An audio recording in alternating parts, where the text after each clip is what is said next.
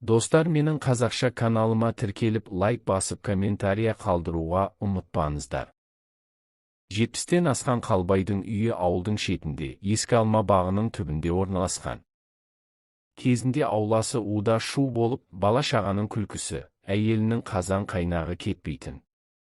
Қазір ол үйдің іші тым-тырыс. Босағада сүйретіліп жүрген жалғыз қарттың аяғының сықыры ғана естіледі. Қалбайдың жүрегін сыздатқан ең үлкен қасіреті жалғыз ұлының қазасы еді. 3 жыл бұрын болған жол апаты Қалбайдың өмірін астан-кестең етті. Үміті артқан ұлынан айырылған соң кеудесіндегі қуаныш та сөніп қалғандай. Қызы болса қалада тұрады. Күйеуге шыққалы әке-шешесін сирек іздейтін. Тіпті анасы қайтыс болғанда да ұзақ аялдамастан асығыс-үсігіс қайтып кеткен. Өз күніңді өзің көр, әке. Менің өз тірлігім бар деп кетіп еді қыз. Осы сөз Қалбайдың жүрегін пышақтай ойып, мәңгілік таңба болып қалған. Ал жары Жәмила 15 жыл бұрын дүниеден өтті. Қалбай үшін ол ең сүйікті жан еді. Әйелінің қазасынан соң көп жылдар бойы ешкімге қараған емес. Жасы жеткен қартқа қайдағы махаббат деп ойлайтын. Бірақ уақыт өте келе жападан жалғыз қалудың азабын сезіне бастады. Күнделікті тіршілігі бір сарынды. Таңертең өзі от жағады, шайын қайнатады. Кейде ауыл дүкеніне барып, азын-аулақ азық-түлік алады. Кешкісін ескі ағаш орындыққа отырып, үй іргесіндегі баққа көз тігеді. Ол бақта кезінде ұл ойнап, қызы қуыршақ жетектеп жүретін. Енді сол бақ тек естеліктің мекені. Жалғыздықтың зілі соншалық, түндері көз ілмей, өткенін ойлап жылайтын кездері бар. Өмір бойы тірнектеп жинағаным, еңбегім, қуанышым қайда кетті деп ойлайтын. Бірақ бір шеті тағдырға мойынсұнып, осы жалғыздықпен ақ көз жұмармын деп сенетін. Солай жүргенде ауыл ішінде бір әйел туралы сөз құлағына жиі шалына бастады. Ол 40-тан асқан Жамал еді. Өмір бойы тұрмыс құрмаған, ауылдың бәрі кәрі қыз атандырған. Көпшілік оны аяп та, кейде мазақтап та қарайтын. Қалбай алғашында бұл әңгімені мән бермей тыңдайтын. Бірақ бір күні ауылдың дүкенінде Жамалды көзі шалды. Жамал 40-тың қақ ортасына келген әйел. Әлі де сұлу, кескін келбеті тартымды, бірақ тағдыры оған мейірімсіздеу болды. Жас кезінде ауылдағы бір жігітке ғашық болып еді. Екеуі бас қосамыз дегенде, әлгі жігіт кенеттен басқаға үйленіп кетті. Жамалдың үміті күйреп, жүрегі жараланды.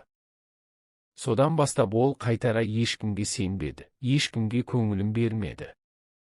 Уақыт өте келе ауыл адамдары оны кәрі қыз деп атайды. Әсіресе әйелдер арасында маза бермейтін өсек осы Жамалдың бағы жанбады ғой, енді қай еркек алсын оны. Жас қыздар тұрғанда 40-тағы әйелді кім қажетсінсін деген сөздер құлаққа жиі жететін. Бірақ Жамал сырт көзге сыр білдірмейтін. Үйінің шарбақ басында гүл егіп, күнделікті тірлігін жасап жүретін. Ішінде қанша жалғыздық болса да, сыртқа жайдарлы болып көрінетін. Жамалдың да жүрегі сүйіспеншілікке зәру еді. Кей түндері жалғыз бөлмесінде жастығын құшақтап, маған да бір жылы сөз айтатын жан табылар ма екен деп егіле жылайтын. Бірақ ауылда оған шын мәнінде көңіл бөлген ешкім болған жоқ. Оның тағдыры мен Қалбайдың тағдыры арасында бір ұқсастық бар еді, екеуінде жалғыздық тырнағын алған. Күздің бір күні ауыл дүкенінде Қалбай мен Жамалдың жолы түйісті. Қалбай қолына нан мен шай алып кезекте тұрған. Ал Жамал сүт пен қант іздеп жүрді. Сол сәтте олардың көздері бір-біріне түйісіп қалды. Қалбайдың жүрегі шым ете түсті. Ол 40-тағы әйелді бұрыннан білетін, бірақ дәл сол сәтте алғаш рет оны шын көргендей болды. Ассалаумағалейкум, Жамал, деді Қалбай сәл күмілжіп. Уағалейкум ассалам, аға. Көңіл күйіңіз қалай, деді Жамал сыпайы жымиып. Осы бір қарапайым сәлемдесудің өзі қарт жүрегін әлдилегендей болды. Дүкеннен шыққанда екеуі қатарласып жүріп қалды. Үйде жалғызсың ба деп сұрады Қалбай. Иә, жалғызбын. Бірақ үйреніп кеттім ғой деді Жамал қысқа ғана. Сол сөздің артында қаншама мұң, қаншама жылдардың жалғыздығы жатқанын Қалбай сезді. Өзінің өмірі де сондай халде екенін ойлап ішінен бір жақындықты байқады. Бір күні үйге шайға шақырайын, әңгімелесіп отырармыз. Жалғыздың көңілі жалғызды іздейді ғой деді. Қалбай батылданып. Жамал аз кем ойланып тұрды да, жарайды, аға. Бәрібір ауылда күндер бір қалыпты ғой деді. Осы шағын ғана әңгіме олардың арасындағы алғашқы көпір болды. Сол күні Қалбай кешке бақ ішінде ұзақ отырды. Ол өзіне өзі таң қалды. Жасым 70-тен асса да, жүрегім әлі де соғып тұр екен ғой. Әлде бұл тағдырдың соңғы сыйы ма? деп ойлады. Ал Жамал үйіне барып, қазанға шай қойып жатып, өз-өзіне күбірледі. Бұл кісі неге мені шақырды екен? Әлде шынымен жалғыздықтан ба? Жүрегі баяғыдан бері ұмытқан бір сезімді қайтадан іздей бастағанын ол да сезді. Қалбай Жамалды үйіне алғаш рет шақырғанда көңілі ерекше толқып жүрді. Үйдің іші бос, салқын тартып тұратын. Қарт қолынан келгенше дастархан жайып, ескі самауырынға шай қайнатып қойды. Жамал кіріп келгенде бір сәтке жас күндердегідей әйелдің иісін сезгендей болды. Үй іші кенеттен жанданып кеткендей көрінді. О, дастарханыңыз мол екен, аға, деді Жамал күлімсіреп. Жалғыз адамға молдық қайда, бірақ бүгін сен келесің деп ырымдап қойдым, деді Қалбай. Олар ұзақ отырып әңгімелесті. Алдымен ауыл тіршілігін, күнделікті шаруаны сөз етті. Кейіннен әңгіме тереңдей түсті. Жамал жүрегін ақтарды. Біреулерге күлкі болып жүргеніме етім үйренген. Бірақ кей түндері шыдамым таусылады. Бала шағам болса, қасымда ойнап жүрсе ғой деп армандаймын, деді. Қалбайдың көзі жасаурап кетті. Мен де сондай армандаумен келемін. Бірақ енді тым кеш сияқты көрінетін, деді күрсініп. Жамал оның сөзін бөліп, кеш болса да, жүрек өлмейді ғой, аға, деді жай ғана. Осы сөз Қалбайдың жан дүниесін дүр сілкіндірді. Қарт кеудесіндегі ұмыт болған жылылық қайта оянғандай болды. Араға күндер салып, Жамал Қалбайдың үйіне жиірек келетін болды. Бірде тамақ әкелсе, бірде қолғабыс етті. Екеуі бақ ішінде самауырын қасында отырып, өткен кеткенді еске алатын. Алайда ауыл деген құпия сақтай алмайтын жер. Көршілердің көзіне бұл көрініс түсе бастады. Алдымен сыбыр, кейін өсекке айналды. Жамал 40-тан асса да, кәрі шалдың қасында жүр екен. Әй, ұят, қайда жетіскен бе екен? Қалбайдың қызы бар еді ғой. Не дейді екен ол? деген сөздер ауыл ішінде гу ете қалды. Бірі мүсіркеді, бірі күлк етті. Тек кейбір ақылгөй аналар ғана, екеуі де жалғыз. Махаббаттың жасқа қарасы бар ма деп жақтап қояды. Жамал өсекті естіген сайын жүрегі қиналатын. Бірақ Қалбайдың жанынан алған жылылығын ештеңеге айырбастай алмайтын. Күндердің бірінде Жамал көз жасына ерік берді. Қалбайдың үйінде отырған болатын. Ол кенет қолындағы шәйнекті қоя салып, терезеге қарап үнсіз қалды. Не болды жаным, деді Қалбай қамығып. Аға, мен қорқамын. Ауыл өсегінен емес, өзімнен қорқамын. Мен бұл сезімге берілсем, ертең күлкіге қалмаймын ба? Кәрі қыз бен кәрі шалдың махаббаты дегенді кім түсінеді, деп сыбырлады ол. Қалбай оның қолын ұстады. Жамал, адамдардың сөзі бітпейді. Олар бүгін күлсе, ертең ұмытады. Ал біз бір-бірімізді тапасақ, жалғыздығымызды кім жеңілдетеді, деді шын жүректен. Жамал көз жасын сүртіп, үнсіз басын изеді. Ішінде әлі де күмән, қорқыныш бар еді. Бірақ қарттың сөздері жүрегін тыныштандырып, үміт сыйлады. Сол түні Жамал үйіне қайтып бара жатып, көк аспанға қарады. Ай жарығы астында ойға шомды, бәлкім бұл сезім менің тағдырымның ең соңғы мүмкіндігі шығар деді ішінен. Ал Қалбай болса, төсегіне жата алмай, терезеден аспанға қарап отырды. Ол алғаш рет жүрегінде қайтадан өмірдің мәнін сезінді. Күндердің күнінде Қалбай Жамалды алма бағының түбіне шақырды. Күздің қоңыр желі соғып тұрды, ал бақ ішінде сарғайған жапырақтар жерге үзіліп түсіп жатты. Қалбай қолындағы таяғына сүйеніп көп ойланды. Ішіндегі толқынысын жасыра алмай, бір сәтте сөз бастады. Жамал, сенің жаныңда жүргенде өзімді жас кезімдегідей сезінемін. Жүрегім әлі де соғып тұрғанын ұқтым. Мүмкін күлкіге қалармыз, мүмкін бізді түсінбес. Бірақ мен сені жақсы көріп қалдым. Бұл сөздерді айту қарт үшін оңай болған жоқ, бірақ ол жасқанбады. Жамал бетін төмен салып, ұзақ үнсіз қалды. Көзіне жас үйірілді. Аға, сізді сыйлаймын, құрметтеймін. Бірақ махаббат дегенді баяғыда ұмытқанмын ғой деп ойлайтынмын. Сіздің жаныңызда жүріп қайтадан жүрегім оянды. Бірақ адамдардың сөзі, Жамал, деді Қалбай қарттықтан дірілдеген дауыспен. Мен адамдардың сөзін көп естіп келдім. Ұлымнан айырылғанда да, әйелім дүние салғанда да, ел не демек? Бірақ жүректің айтқаны ақиқат. Бізді тағдыр қайтадан табыстырды. Менің өмірімнің соңғы қуанышы сенсің. Жамал сол сәтте алғаш рет қарттың қолын қатты қысып, жасын жасыра алмай жылады. Осы күннен кейін Жамал Қалбайға барған сайын ашылып сөйлейтін болды. Бірде екеуі ауыл сыртындағы қырға шықты.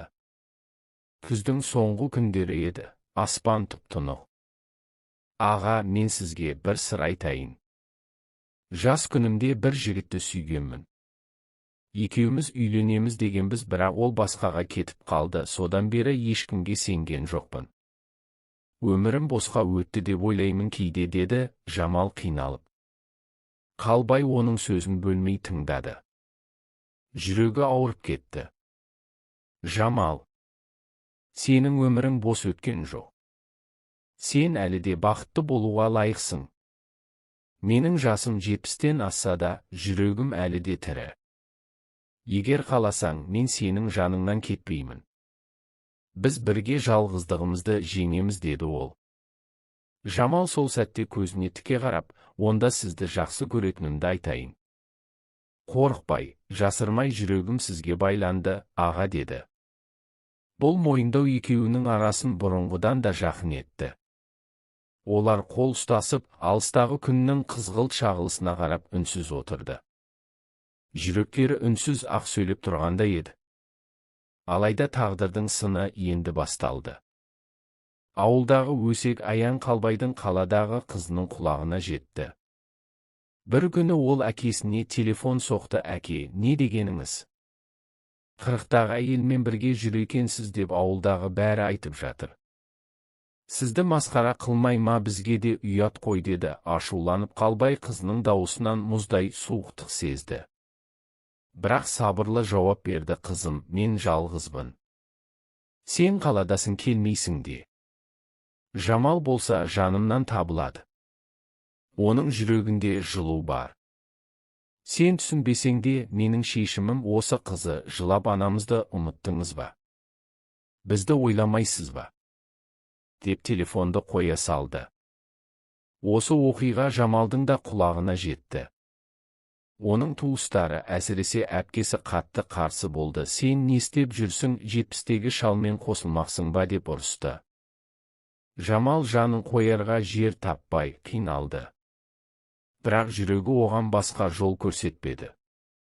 Сол түні ол Қалбайға барып, аға, бәрі қарсы. Сізді де сөгіп жатыр. Мүмкін осы сезімнен бас тартайық па, деді даусы дірілдеп. Қалбай оның қолын ұстап, Жамал, біз бас тартсақ, қайтадан жалғыздыққа қайтамыз. Ал жалғыздық, өлімнен де ауыр, мен сенсіз өмір сүре алмаймын. Көрсін, күлсін, сөксін, менің жүрегім сенікі, деді. Осы сөз Жамалдың қорқынышын сейілтіп, оның жүрегіне тағы да сенім ұялатты. Қалбай мен Жамал жайлы әңгіме ауыл ішінде ушығып кеткен соң, үлкендер де араласа бастады. Бір күні ауылдың 6-7 ақсақалы ауыл мешітінің ауласында жиналды. Қалбайдың тірлігі дұрыс емес қой, деді біреуі қабағын түйіп. Жасы 70-тен асты, елге күлкі болмай ма әй, солай деме, деді екіншісі, кәрі болса да, жалғыз ғой. Кім біледі, тағдыр қосып тұрған шығар. Махаббаттың жасқа қарамайтыны рас қой, 40-тағы қыздың да бағы жанса несі айып. Күйеуге тимей қалғаны обал емес пе, деп үшіншісі араласты. Осылайша ақсақалдардың өзі екіге бөлінді. Бірі сөкті, бірі жақтады. Бірақ бәрінің ортақ ойы ауылдың намысы деген ұғым еді. Бұл әңгімені Қалбай да Жамал да естіді. Бірақ олар үшін ауылдың сөзі желмен келген ызың сияқты еді. Қарт жүрек бір-ақ нәрсені қалады, бірге болуды. Ауыл өсегі үдей түскен соң, Қалбай мен Жамал ашық жүре алмайтын болды. Олар енді кешкілік ауылдан сәл ұзақтау жердегі тоғайға барып кездесетін. Күздің қара суық желі соғып тұрса да, екеуі самауырын алып барып, қыр басында отырып шай ішетін. Жамал, біз жасырынған сайын өзімізді кінәлі сезінеміз, деді бірде Қалбай. Юхия, аға. Бірақ басқа жол жоқ. Әйтпесе бізді таптап кетет, деді көзіне жас алып. Осы кездесулер олардың арасындағы сүйіспеншілікті одан сайын күшейтті. Екеуі бір-біріне демеу болып, сыр бөлісіп жалғыздықтың ашы дәмін ұмытты. Бірде қарт қолынан ұстап тұрып, Жамал, сен болмасаң, мен баяғыда-ақ мына өмірден күдер үзер едім. Сен мені қайта тірілттің, деді. Жамал да үнсіз ғана басын иіп, оның иығына басын сүйеді. Осы сәтте олар үшін дүние тоқтап қалғандай еді. Алайда ауыл өсегі бір сәтке де басылмады. Әсіресе Жамалға оңай соқпады. Әр базарға шыққанда, дүкенге кіргенде артынан сыбыр естілетін әне, шалдың қасында жүрген қыз, ұят-ай, жас қыздар тұрғанда. Бір күні Жамал шыдай алмай, үйіне кіріп барып еңіреп жылады. Бүкіл жаны қиналып, неге мен бақытты бола алмаймын, деп торықты. Келесі күні Қалбайдың үйіне келіп, аға, мені кешіріңіз. Мен бұдан әрі шыдай алмаймын. Қоғамға қарсы тұрар күшім жоқ сияқты, мүмкін осының бәрін тоқтатайық, деді көз жасын сүртіп. Қалбайдың жүрегі шым ете қалды. Ол Жамалды құшақтап тұрып, Жамал, сенсіз менің өмірім бос. Мен жалғыз қалғаннан қорықпаймын, бірақ сенің жүрегіңді жоғалтудан қорқамын. Қызым қарсы болса да, ел қарсы болса да, менің шешімім өзгермей. Сен менің тағдырымсың, деді.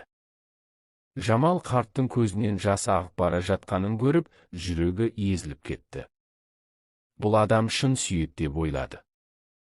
Сол сәтте ол да тағдырға мойынсұнып, іштей шешім қабылдады. Қанша қысым болса да, осы махаббаттан бас тартпаймын.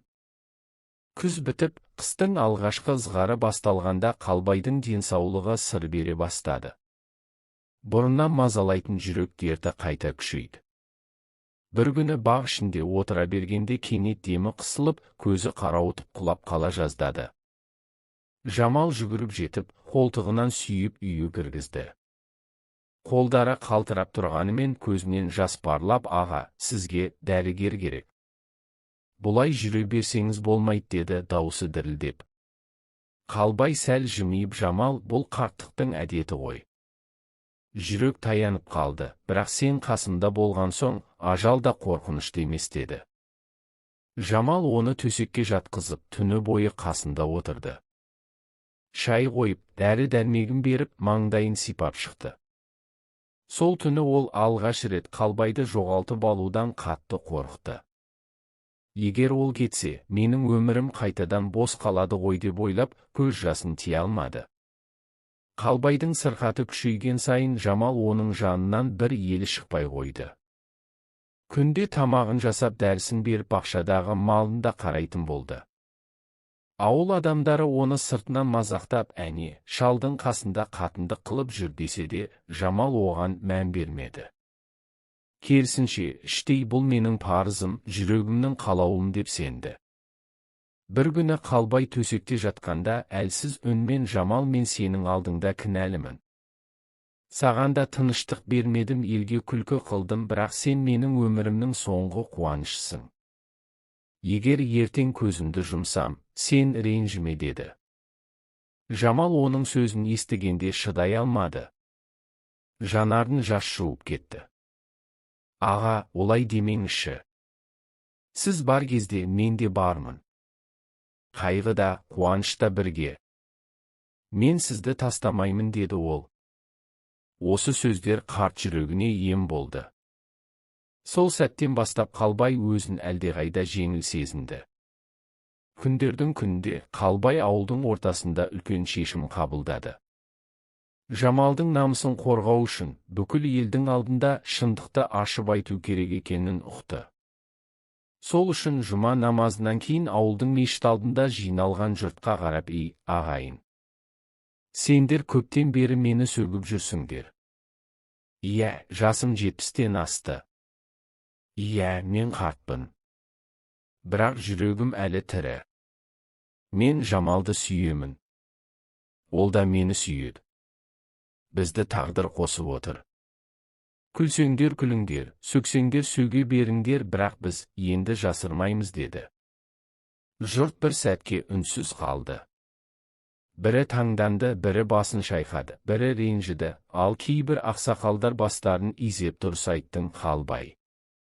Махаббат Алланың сыйы. Жасқа қарамайды деп батасын берді. Жамал қарттың жанында тұрды. Оның қолын қатты қысып көзіне жас алып, аға, мен сізбен бірге боламын, енді жасырмаймыз деді. Бұл күн олардың өміріндегі ең үлкен бұрылыс болды. Бұдан бұлай олар бір-бірінен жасырынбай, ашық өмір сүретінін жариялады. Қалбайдың мешіт алдында айтқан сөзінен кейін ауыл іші тіпті екіге жарылды. Біреулер, ойбай-ау, кәрі шалдың ақылы кеткен бе, ұят қой, елге күлкі болды деп ашуланды. Ал енді біреулер басқаша сөйледі, әй, кім біледі. Екеуі де жалғыз, жүрекке әмір жүрмейді ғой, Жамалдың бағы жанған шығар, Алла сәтін салсын деп тілек білдірді. Әсіресе жастар жағы күлкі етіп, әр жерден әңгіме қылып жүрді. Бірақ кейбір қариялар ғана махаббатқа күлмеу керек. Оған шын жүрекпен қарау керек деп ақыл айтты. Қалбай болса жұрттың сөзіне пысқырмады. Менің өмірімнің қалған күндерін жалғыз өткізгенше, сүйген жаныммен бірге өткізгенім артық деп ойлады. Жамал да батылдана түсті. Ол енді бұғып емес, ашық жүретін болды. Өзі де таң қалды. Елдің сөзіне мән бермеген сайын жүрегі жеңілдеп, бұрын соңды сезінбеген бақытты сезіне бастады. Алайда Жамал үшін ең үлкен соққы өзінің туыстарынан келді. Әпкесі ауылға арнайы келіп, ашуға булығып, сен не істеп жүрсің, Жамал? 70-тегі шалдың қасында жүргенің елге масқара. Біздің де абыройымызды төктің деп зекіді. Жамал үндемей тыңдап отырды. Әпкесінің сөзі жүрегіне қатты тиді. Бірақ ішіндегі сезім бәрінен күшті еді. Әпке, менің де жүрегім бар ғой. Мен де адамын. Бақытты болғым келеді. Неге мен өмір бойы жалғыз жүруім керек деді көз жасын тия алмай. Әпкесі ашумен кетіп қалды. Сол түні Жамал қатты қиналды, мүмкін туыстарым дұрыс айтар деп ойлады. Бірақ Қалбайдың көзіндегі жылылықты елестеткен сайын, жүрегі оны тастай алмайтынын түсінді. Егер туыстарым түсінбесе де, мені тағдыр түсінеді деп шешті ол. Қалбайдың қызы қалада болса да, ауылдағы әңгіме оған жетіп отырды. Бірде ашулы күйде ауылға келіп, әкесінің үйіне кіріп келді. Әке, сізді түсінбеймін. Жасыңызда неге мұндай қадамға барып жүрсіз? Ауылдың бәрі күледі. Бізді ұятқа қалдырдыңыз деп айқай салды. Қалбай сабырлы қалыппен қызын тыңдады да, терең күрсінді. Қызым, сен менің жалғыз тірегімсің деп ойлаушы едім. Бірақ сен менің жүрегімді түсінгің келмейді екен. Ұлымнан айырылдым, анаңнан айырылдым, сен қалаға кетіп, мені жалғыз қалдырдың. Ал Жамал болса қасымнан бір елі шықпайды. Ол мені өмірге қайта оралтты, сенің де бақытты болғаныңды қалаймын. Ал менің бақытым Жамал қызы жылап жіберді. Сіз оны анамның орнын бассын дейсіз бе? Жоқ, деді Қалбай. Анаңның орны бөлек. Жамал мүлде басқа. Ол менің қартайғандағы қуанышым. Өмір менікі, жүрек менікі, таңдауда менікі. Қызы үнсіз қалды. Әкесінің сөзінен кейін оның жүрегінде ыза мен өкініш араласып, көз жасын тия алмай шықты. Ал Қалбай есіктің алдында ұзақ тұрды. Қызының өкпесі ауыр тисе де, жүрегі бір сәтке де райынан қайтып, Қалбайдың қызы қалаға қайта кеткен соң, ауылдың әңгімесі одан сайын өршіп кетті. Қартайған шал ақылынан адасты, Жамалдың бағы жансын, бірақ ертең неменеге жармасады деген сөздер көбейді. Бір күні ауыл ақсақалдары жиналып, Қалбайды шақырып алды. Әй, Қалеке, сен біздің сыйлы кісімізсің. Жастарға үлгі болар едің. Енді мына қылығыңды қалай ақтаймыз, ауылдың абыройы бар емес пе? Деді үлкені. Қалбай оларға тура қарады да, мен елдің сөзін емес, жүрегімнің үнін тыңдаймын. Егер менің бақытым сендер үшін абыройсыздық болса, онда мен елден емес Алладан кешірім сұраймын, деді нық дауыспен. Ақсақалдар үнсіз қалды. Олар Қалбайдың сөзінен мықты ерлікті, жан айқайын көрді. Бірақ бәрібір көпшілік көзқарасын өзгерте алмады. Ал Жамал болса, соңғы күндері қатты уайымға түсті. Менікі дұрыс па, бұрыс па? Егер Қалбайды жұрттан айырып алсам, оған қайғы әкелмеймін бе деп түнде көз ілмей шықты. Ақыры ол Қалбайға өзі айтты. Қалеке, мүмкін біз тоқтағанымыз дұрыс шығар. Мен сізді жаман сөзге қалдырғым келмейді. Қалбай Жамалдың қолынан ұстап, Жамал, сен мені тастасаң ғана мені жұрт жояды.